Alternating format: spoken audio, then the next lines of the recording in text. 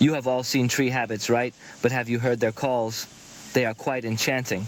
Come and experience the dragon's roar of the tree stream. I suggest everyone turn up the volume, otherwise it will be hard to hear. Also, the sound is not synchronized with the video. I recorded it close to the phone, and its sound is very difficult to capture.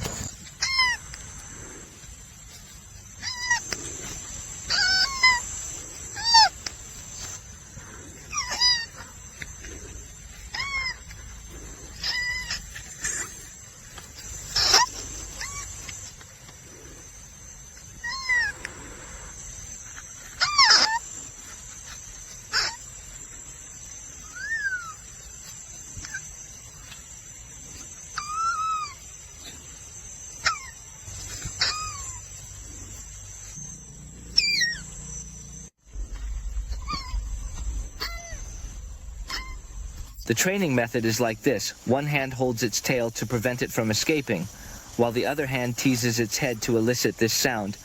However, be aware that not all tree habits can produce this dragon's roar. In terms of size, this is the most suitable. The key is that it is best when it is halfway through molting. If you catch it, its call will be more prolonged. Otherwise, it will only call a few times before stopping.